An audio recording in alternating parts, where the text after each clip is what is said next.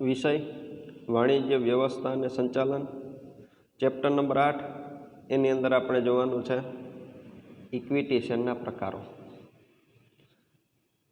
અગાઉના લેક્ચરની અંદર આપણે ઇક્વિટી શેરના લક્ષણો જોયેલા હતા. આજે એના પ્રકારો છે તેનો અભ્યાસ કરીશું. એની અંદર આવે છે તો કે ભાઈ સામાન્ય ઇક્વિટી શેર. તો એમાં જોઈએ તો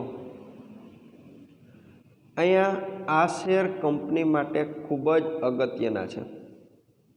કયા શેરની વાત ચાલે છે તો કે ભાઈ ઇક્વિટી શેરના પ્રકારની અંદર સામાન્ય ઇક્વિટી શેરની. અહીંયા શેર મૂડી મેળવતી દરેક કંપનીએ ઇક્વિટી શેર બહાર પાડવા ફરજિયાત છે. અહીંયા આપણે કીધું છે તો કે ભાઈ શેર મૂડી મેળવતી દરેક કંપનીએ શું બહાર પાડવું પડે છે તો કે ભાઈ ઇક્વિટી શેર. આ શેર ખરીદનાર શેર હોલ્ડરો જ કંપનીના સાચા માલિકો ગણાય છે.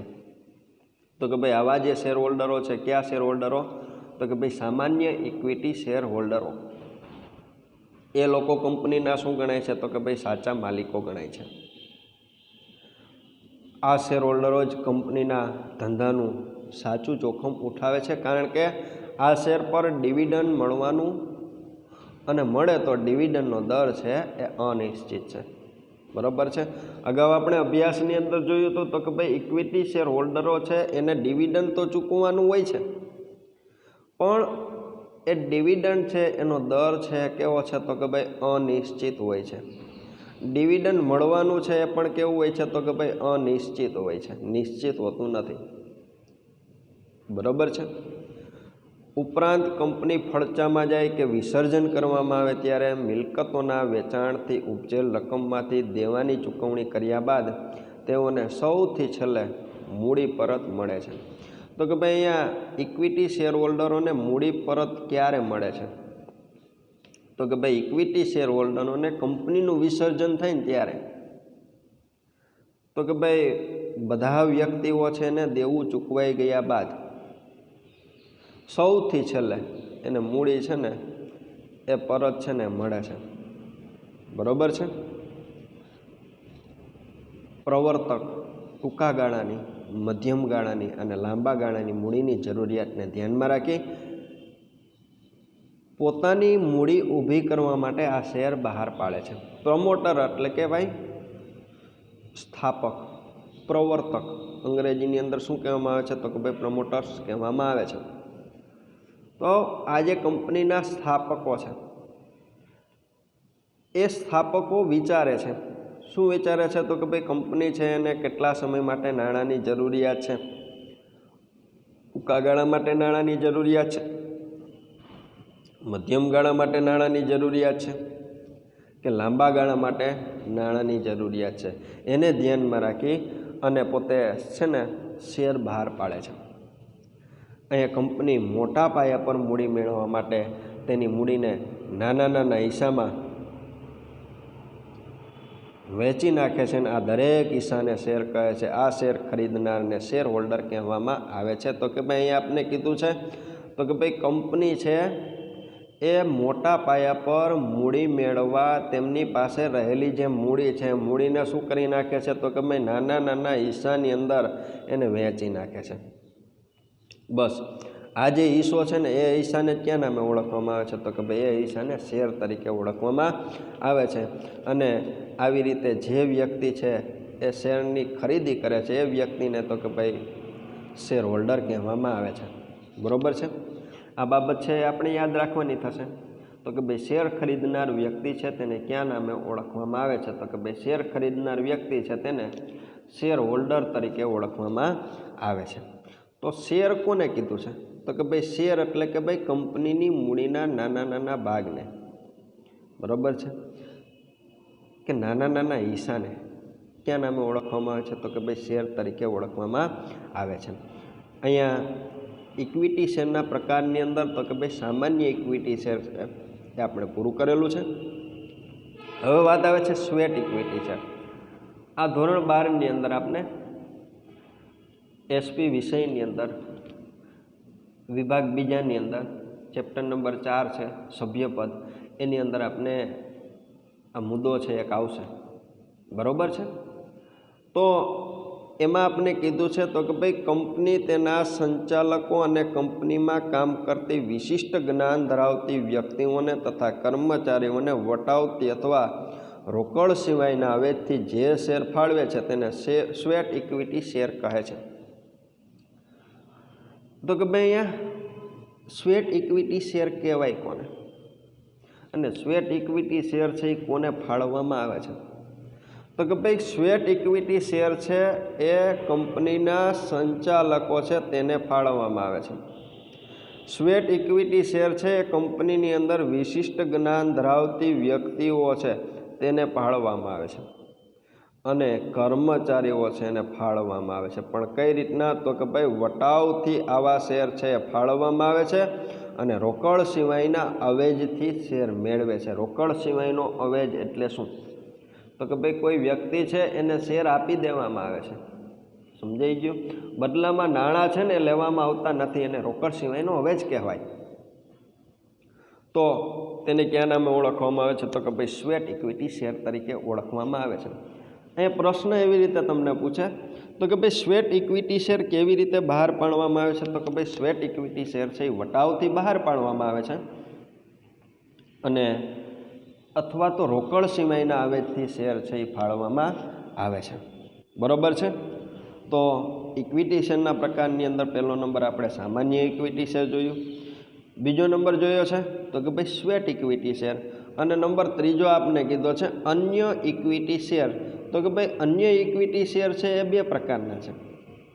તો કે ભાઈ મતાધિકાર સાથેના ઇક્વિટી શેર, બરાબર, અને ડિવિડન્ડના સંબંધમાં જુદા જુદા અધિકારો સાથે મતાધિકાર ધરાવતા ઇક્વિટી શેર। અહીંયા મતાધિકાર સાથેના ઇક્વિટી શેર તો કે ભાઈ આ એવા ઇક્વિટી શેર છે કે જે ઇક્વિટી શેર ધારકોને કંપનીની સભાની અંદર મતદાન કરવાનો અધિકાર આપવામાં આવે છે।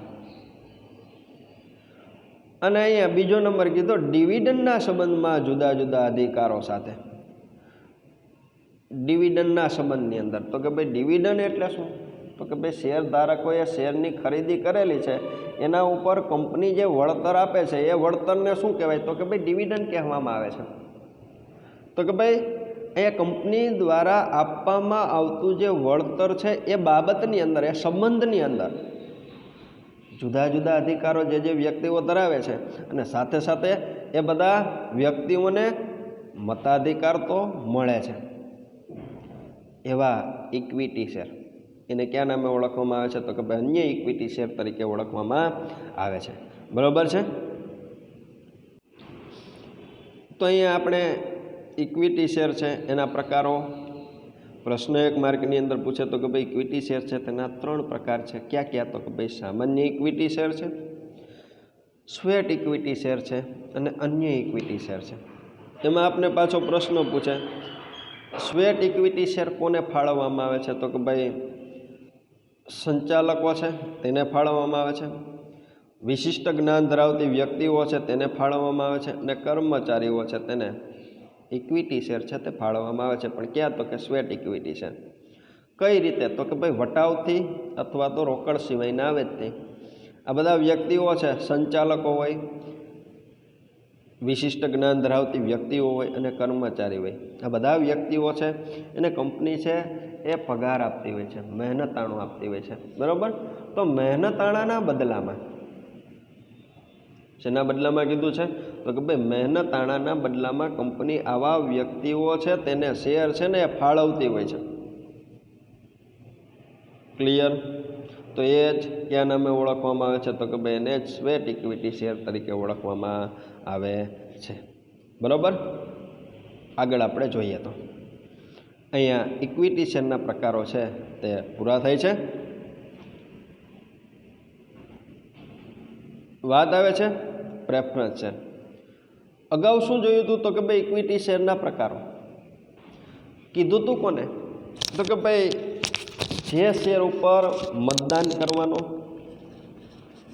જે શેર ઉપર ડિવિડન્ડ મેળવવાનો અને મૂડી પરત મેળવવાનો અધિકાર સૌથી છેલ્લે હોય તેને ઇક્વિટી શેર કહેવામાં આવે છે। એના પ્રકારો તો કે ભાઈ સામાન્ય હતા, સ્વેટ હતા, અન્ય પ્રકારના અધિકારો ધરાવતા। તો અહીંયા આપણે અભ્યાસ કરવાનો છે પ્રેફરન્સ શેરનો. કહેવાય છે કોને, તો અર્થ આપેલો છે એમાં જોઈએ તો કે જે શેર પર કંપનીના નફામાંથી ડિવિડન્ડ મેળવવાનો હક હોય, એ કેવો હક કીધો છે તો કે ભાઈ પ્રથમ હક હોય. તેમજ જ્યારે કંપનીનું વિસર્જન થાય ને ત્યારે પોતે મૂડી પરત મેળવવાનો પણ હક ધરાવતા હોય. કેવો તો કે ભાઈ પ્રથમ, તો તેને પ્રેફરન્સ શેર અથવા તો પસંદગીના શેર કહે છે. બરાબર છે. એ આપણે જોઈએ તો શું કીધેલું છે તો કે ભાઈ જે શેર પર ડિવિડન્ડ મેળવવાનો અને વિસર્જન થાય ત્યારે મૂડી પરત મેળવવાનો પ્રથમ હક મળતો હોય એવા શેરને પ્રેફરન્સ શેર કહે છે અથવા તો પસંદગીના શેર કહે છે. ક્લિયર? જે શેર પર કંપનીના નફામાંથી ડિવિડન્ડ મેળવવાનો પ્રથમ હક હોય તેમજ જ્યારે કંપનીનું વિસર્જન થાય ત્યારે મૂડી પરત મેળવવાનો પ્રથમ હક હોય તેને પ્રેફરન્સ શેર અથવા તો પસંદગીના શેર તરીકે ઓળખવામાં આવે છે.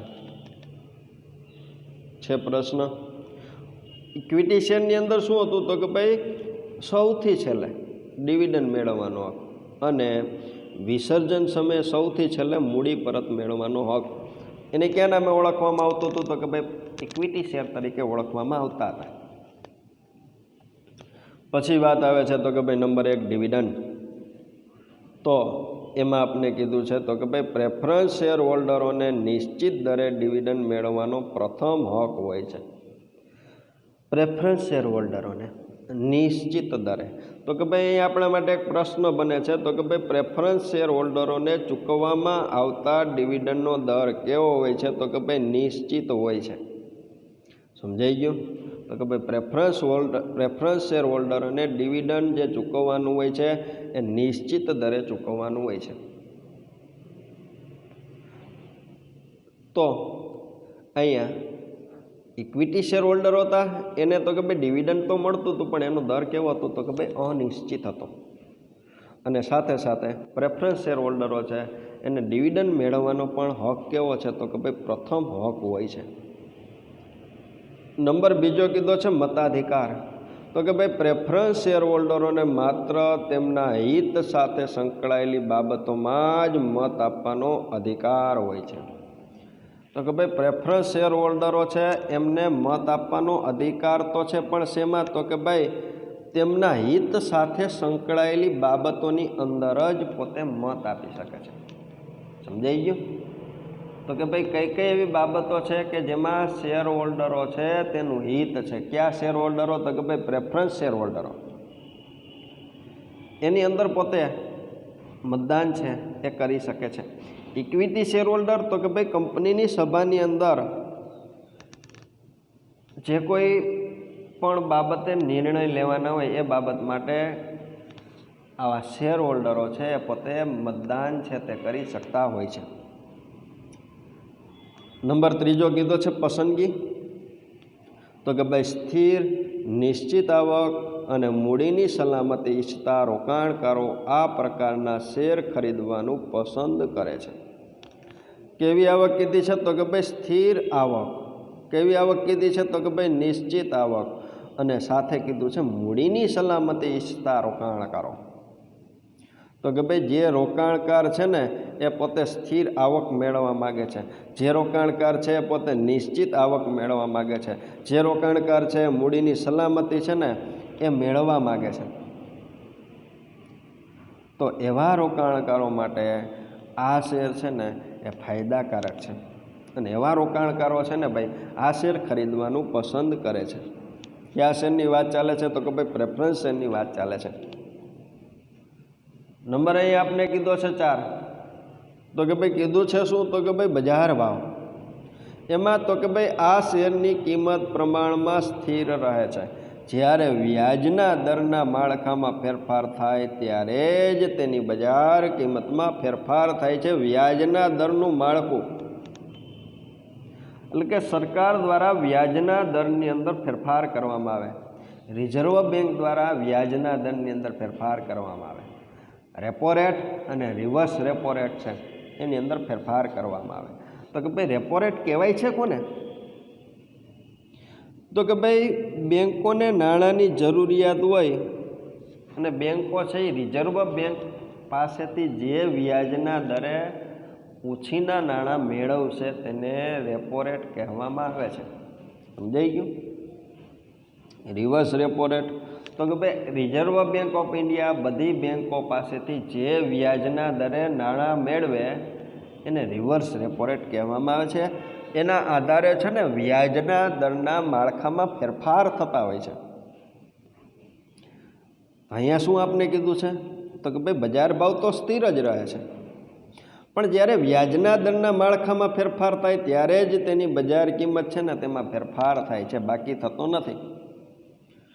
અહીંયા નંબર આપને 5મો કીધો છે જોખમનું પ્રમાણ.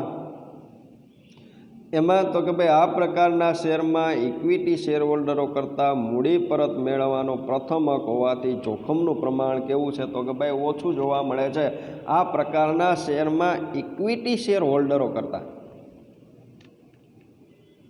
મૂડી પરત મેળવવાનો પ્રથમ હક હોવાથી જોખમનું પ્રમાણ પણ પાછું કેવું કીધું તો કે ભાઈ ઓછું.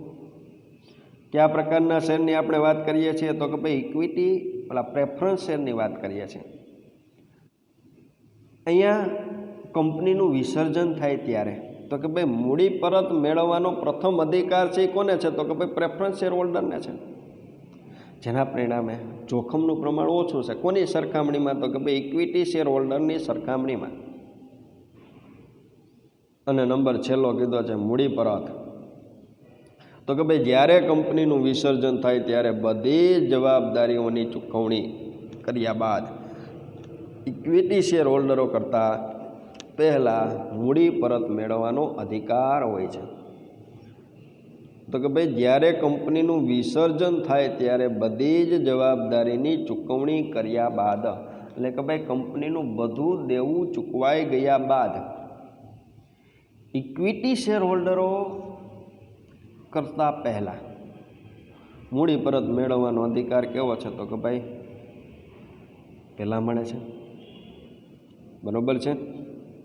તો કે ભાઈ અહીંયા આપણે શું યાદ રાખવાનું છે તો કે ભાઈ કંપનીનું જ્યારે વિસર્જન થાય ત્યારે પહેલાં બધી જવાબદારીઓ ચૂકવાય, એટલે કે ભાઈ પહેલાં કંપનીનું બધું દેવું છે ને એ ચૂકવાય અને પછી છે ને ભાઈ પ્રેફરન્સ શેર હોલ્ડરો છે તેને મૂડી છે ને તે પરત કરવામાં આવે છે. અને જો પછી મૂડી વધે તો કોને પરત કરવામાં આવે છે તો કે ભાઈ ઇક્વિટી શેર હોલ્ડરોને પરત કરવામાં આવે છે. અહીંયા પ્રેફરન્સ શેર હોલ્ડર છે, પ્રેફરન્સ શેર છે, એના લક્ષણો છે તે પૂરા થાય છે. પછી આવે છે તો કે ભાઈ પ્રેફરન્સ શેરના પ્રકાર.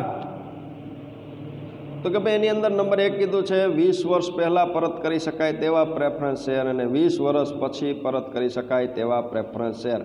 એ પ્રેફરન્સ શેરના પ્રકાર કેટલા છે તો કે ભાઈ 2 છે. ક્યાં ક્યાં તો કે 20 વર્ષ પહેલાં પરત કરી શકાય તેવા પ્રેફરન્સ શેર અને 20 વર્ષ પછી પરત કરી શકાય તેવા પ્રેફરન્સ શેર. બરાબર? અહીંયા એના પ્રકારની અંદર આપણે જોઈએ તો અનુક્રમ નંબર આપેલો છે, તફાવતના મુદ્દા આપેલા છે, ઇક્વિટી શેર આપેલ છે અને પ્રેફરન્સ શેર આપેલ છે. આપણે તફાવત જોવાનો છે, કોની વચ્ચેનો જોવાનો છે તો કે ભાઈ ઇક્વિટી શેર અને પ્રેફરન્સ શેર વચ્ચેનો તફાવત જોવાનો છે. બરાબર? એની અંદર નંબર 1 આપ્યો છે ફરજિયાત. એમાં આપણે શું કીધું છે તો કે ભાઈ દરેક કંપનીએ આ પ્રકારના શેર ફરજિયાત બહાર પાડવા પડે છે. કયા શેર તો કે ભાઈ ઇક્વિટી શેર. પ્રેફરન્સ શેરની અંદર તો કે ભાઈ દરેક કંપની માટે આ પ્રકારના શેર બહાર પાડવા ફરજિયાત હોતા નથી. અહીં યાદ રાખવાનું તો કે ભાઈ કંપની એનું મૂડી માળખું બનાવવું છે તો ઇક્વિટી શેર બહાર પાડવા પડશે. પ્રેફરન્સ શેર છે એ બહાર પાડે કે ન પાડે ચાલે. નંબર 2 કીધો છે ડિવિડન્ડનો દર. તો કે ભાઈ ડિવિડન્ડનો દર છે એ અનિશ્ચિત છે અને ડિવિડન્ડનો દર અહીંયા કેવો કીધો તો કે ભાઈ નિશ્ચિત છે. અહીંયા ઇક્વિટી શેરની અંદર અનિશ્ચિત, પ્રેફરન્સ શેરની અંદર નિશ્ચિત. અધિકાર તો કે ભાઈ કંપનીની સભામાં હાજર રહેવાનો, મત આપવાનો તથા સંચાલકોને ચૂંટવાનો અધિકાર હોય છે. તો કે ભાઈ અહીંયા કંપનીની સભાની અંદર હાજર રહેવાનો હક છે, કંપનીની સભાની અંદર મત આપવાનો હક છે, અને સંચાલકો છે ને ચૂંટવાનો પણ એક પ્રકારનો અધિકાર છે. હવે એને અધિકાર મળે છે. પ્રેફરન્સ શેર હોલ્ડરની બાબતમાં તો કે ભાઈ ફક્ત તેમના હિત સાથે સંકળાયેલી બાબતોમાં મત આપવાનો અધિકાર છે. એના પછી તો કે ભાઈ ચોથો નંબર આપણે કીધો છે એમાં તો કે ભાઈ કીધું છે જોખમ. તો કે ભાઈ જોખમનું પ્રમાણ વધુ હોય છે ઇક્વિટી શેર હોલ્ડરમાં, અને પ્રેફરન્સ શેર હોલ્ડરો છે એને જોખમનું પ્રમાણ કેવું હોય છે તો કે ભાઈ ઓછું જોવા મળે છે. બીજી રીતે તો કે ભાઈ ઇક્વિટી શેર ખરીદનાર વ્યક્તિ છે તેને જોખમનું પ્રમાણ વધુ મળે, અને પ્રેફરન્સ શેર હોલ્ડરો છે એને જોખમનું તત્વ ઓછું જોવા મળતું હોય છે. અહીંયા રોકાણકારો એની અંદર આપણે કીધું છે તો કે ભાઈ જોખમ લેવા અને શેરમાં સટ્ટો કરવા ઈચ્છતા રોકાણકારો આ શેર વધુ પસંદ કરે છે. તો કે ભાઈ કેવા રોકાણકારો છે ઇક્વિટી શેર ખરીદવાનું વધુ પસંદ કરે છે? તો કે ભાઈ જે વ્યક્તિઓ છે એ પોતે શેરની અંદર સટ્ટો કરવા માંગતી હોય, બરાબર છે, અથવા તો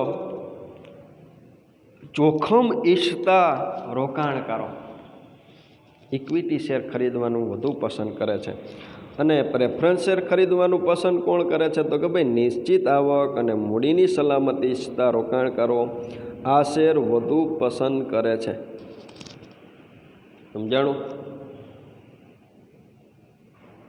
જે લોકો છે એવું ઈચ્છતા હોય કે ભાઈ નિશ્ચિત આવક છે જળવાઈ રહે, તો એવા શેર હોલ્ડરો છે એ પોતે પ્રેફરન્સ શેર છે એ ખરીદવા તૈયાર હોય છે, એની અંદર રોકાણ કરવા તૈયારી દર્શાવતા હોય છે, એની અંદર રોકાણ કરતા હોય છે. નંબર 6 કીધો છે બજાર ભાવ. તો કે ભાઈ આ શેરના બજાર ભાવ વધઘટ થાય છે, એટલે કે શેરની કિંમતમાં ફેરફાર થાય, વધારો થાય અને ઘટાડો થાય. અહીંયા પ્રેફરન્સ શેરની અંદર તો કે ભાઈ આ શેરની કિંમતના પ્રમાણમાં કિંમત છે એ પ્રમાણમાં સ્થિર રહે છે, બજાર કિંમતમાં વધઘટ થતી નથી. એટલે કે ભાઈ બજાર કિંમત છે તેની અંદર કોઈ પણ પ્રકારનો ફેર પડતો નથી. મૂડીમાં વૃદ્ધિ. તો કે ભાઈ આ પ્રકારના શેરમાં હકના શેર, બોનસ શેરને કારણે મૂડીમાં શું થાય છે? તો કે ભાઈ વૃદ્ધિ થાય છે. કયા પ્રકારના શેરની આપણે વાત કરીએ છીએ? તો કે ભાઈ ઇક્વિટી શેર છે તેની આપણે વાત કરીએ છીએ. આ પ્રકારના શેર છે એની અંદર હકના શેર છે, બોનસ શેર છે એ મળે છે, જેના પરિણામે મૂડીની અંદર વૃદ્ધિ થાય. હકના શેર તો કે ભાઈ અસ્તિત્વ ધરાવતી કંપની કોઈ વધારાના શેર બહાર પાડે, આ શેર ખરીદવાનો અધિકાર એના જૂના શેર ધારકોને આપે તો તેને હકના શેર કહેવામાં આવે છે. તો કે ભાઈ અહીંયા હકના શેર ખરીદવાનો અધિકાર મળે છે કોને? તો કે ભાઈ ઇક્વિટી શેર હોલ્ડરોને. સાથે સાથે બોનસ શેર પણ મળે છે, જેના પરિણામે શું થાય છે? તો કે ભાઈ મૂડીની અંદર વૃદ્ધિ થાય છે. પ્રેફરન્સ શેરની અંદર મૂડીમાં વૃદ્ધિ થતી નથી. બરાબર? તો અહીંયા તફાવત છે તે પૂરો થાય છે. તફાવત આપને છે એ 3 માર્ક્સની અંદર અથવા તો 5 માર્ક્સની અંદર પૂછી શકાય છે.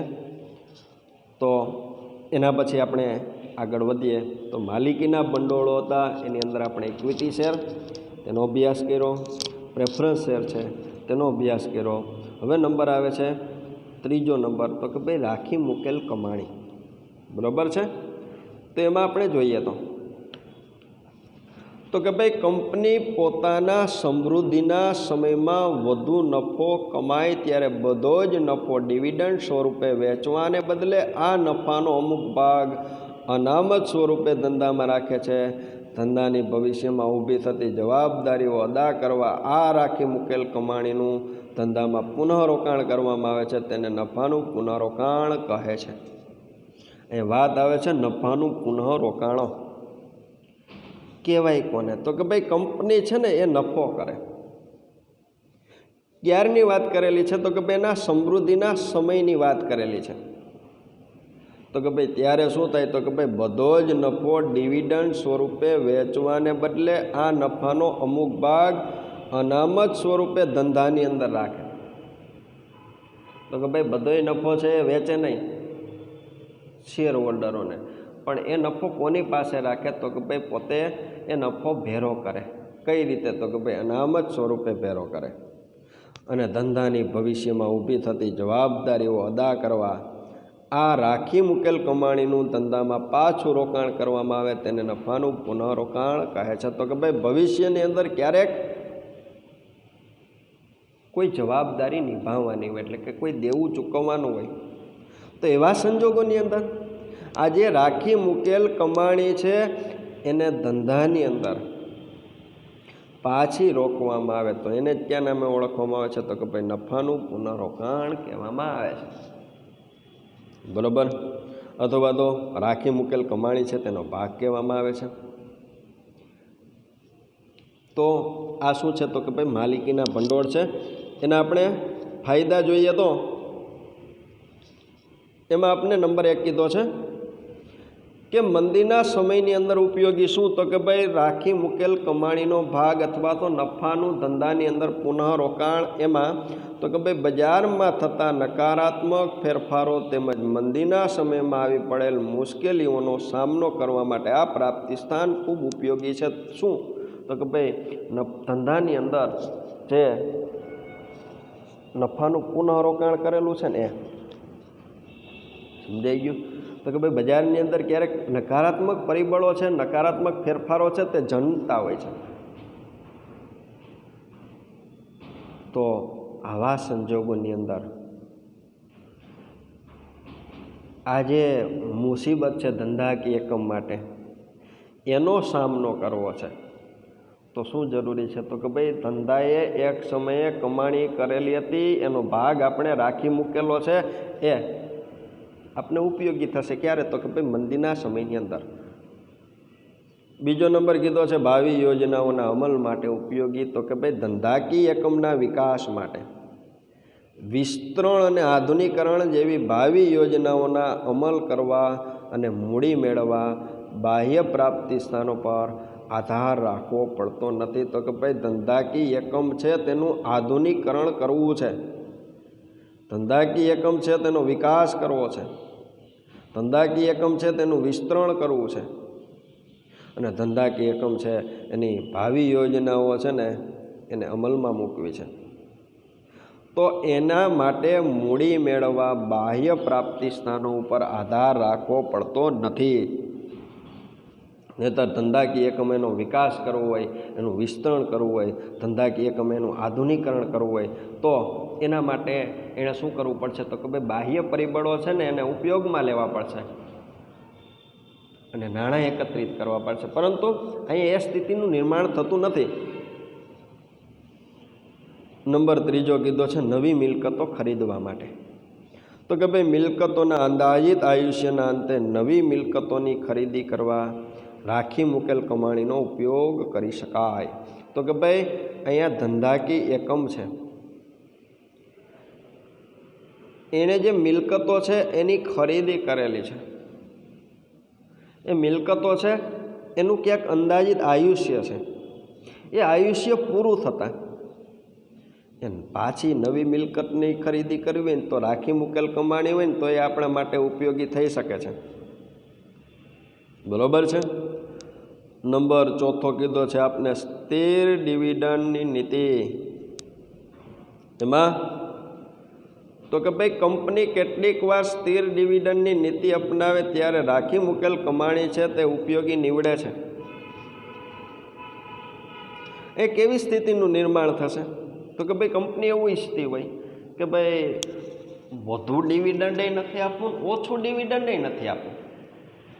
વધુ નફાની અંદર ડિવિડન્ડનું પ્રમાણ અને ઓછા નફાની અંદર ડિવિડન્ડનું પ્રમાણ છે એક સમાન રીતે જાળવવું છે. તો એને શું કહેવાશે તો કે ભાઈ સ્થિર ડિવિડન્ડની નીતિ કહેવાશે. તો કે ભાઈ આવા સંજોગોની અંદર પણ ધંધાકીય એકમ છે એ પોતે શું કરશે તો કે ભાઈ રાખી મૂકેલ કમાણીનો ભાગ છે ને તેનો પોતે ઉપયોગ કરશે. સમજાણું? ઓછા સમય ઓછા નફાની અંદર તો કે ભાઈ રાખી મૂકેલ કમાણી છે તેનો પોતે ઉપયોગ કરશે. નંબર 5 કીધો છે બોજ મુક્ત મિલકતો એટલે કે ભાઈ રાખી મૂકેલ કમાણી માલિકીનું ભંડોળ હોવાથી મિલકતો પર કોઈ બોજ ઊભો કરવો પડતો નથી. અહીંયા રાખી મૂકેલ કમાણી છે એ કેવું ભંડોળ છે? તો કે ભાઈ માલિકીનું ભંડોળ છે. જેથી શું થશે? તો કે ભાઈ મિલકત છે ને એની ઉપર બોજ ઊભો કરવો પડતો નથી. એટલે કે ભાઈ મિલકત છે એને ગીરવે રાખવી પડતી નથી. નંબર 6 કીધો ઉછીની મૂડી પરત કરી શકાય. તો કે ભાઈ રાખી મૂકેલ કમાણી ઉછીની લીધેલી મૂડી પરત કરવા માટે શું છે? તો કે ભાઈ ઉપયોગી છે. એ કંપનીએ ઉછીની મૂડી લીધેલી છે, બરાબર છે, એને પાછી પરત કરવી છે. તો કંપનીએ જ્યારે નફો કરેલો હશે ને ત્યારે એણે કમાણી છે એ જો રાખી મૂકેલી હશે તો શું થશે? તો કે ભાઈ એ કમાણી છે એ ધંધાકીય એકમ છે, એના માટે ઉપયોગી નીવડશે. કઈ રીતે ઉપયોગી નીવડશે? તો કે ભાઈ ઉછીની મૂડી પરત કરવી હશે ત્યારે રકમ છે ચૂકવી શકાશે. પછીનો 7મો નંબર તો કે ભાઈ મૂડી પડતરમાં ઘટાડો. તો કે ભાઈ રાખી મૂકેલ કમાણીને કારણે ધંધાકીય એકમને મૂડી મેળવવા બાહ્ય પ્રાપ્તિ સ્થાનો ઉપર આધાર રાખવો પડતો નથી કે મૂડી મેળવવા ખર્ચ કરવો પડતો નથી. તેથી મૂડી પડતરમાં શું થાય છે? તો કે ભાઈ ઘટાડો થાય છે. અહીંયા રાખી મૂકેલ કમાણીને કારણે ધંધાકીય એકમે મૂડી મેળવવી છે તો એના માટે ધંધાકીય એકમે શું કરવું પડશે? તો કે ભાઈ કોઈ પણ પ્રકારનો કાંઈ ખર્ચ કરવો પડતો નથી. નહીંતર આપને ખબર છે વિજ્ઞાપન પત્ર બહાર પાડવું પડે, એના માટે ખર્ચ થાય. તો એવો કોઈ પણ પ્રકારનો ખર્ચ કરવો પડતો નથી. તેથી મૂડી પડતરની અંદર શું થાય છે? તો કે ભાઈ ઘટાડો આવતો જોવા મળે છે. બરોબર. 8મો નંબર માલિકીનું ભંડોળ. તો કે ભાઈ નફાનું રોકાણ એ માલિકીનું ભંડોળ હોવાને કારણે વ્યાજ ચૂકવવું પડતું નથી. તો કે ભાઈ ઇક્વિટી શેર જો લીધેલા હોય તો ડિવિડન્ડ ચૂકવવું પડે, પ્રેફરન્સ શેર લીધા હોય તો ડિવિડન્ડ ચૂકવવું પડે, ડિબેન્ચર જો બહાર પાડેલા હોય તો કે ભાઈ વ્યાજ ચૂકવવું પડશે. પણ રાખી મૂકેલ કમાણીનો ભાગ છે એનો આપણે ઉપયોગ કર્યો હોય તો કે ભાઈ કોઈ પણ પ્રકારનું કાંઈ વ્યાજ ચૂકવવું પડતું નથી. તો અહીંયા આપણે રાખી મૂકેલ કમાણીનો ભાગ અથવા તો નફાનું ધંધામાં પુનઃરોકાણ છે તે પૂરું કરેલું છે. ના ફાયદા છે તે આપણે પૂરા કરેલા છે. માલિકીના ભંડોળોની અંદર આપણે ઇક્વિટી શેર જોયું, પ્રેફરન્સ શેર જોયું, બંનેના લક્ષણો જોયા અને અહીંયા રાખી મૂકેલ કમાણી છે તેનો ભાગ, એના ફાયદા જોયા છે. તો અહીંયા સુધી આપણે અભ્યાસ કરીએ છીએ અને અહીંયા આપણો લેક્ચર છે તેને આપણે પૂર્ણ કરીએ છીએ.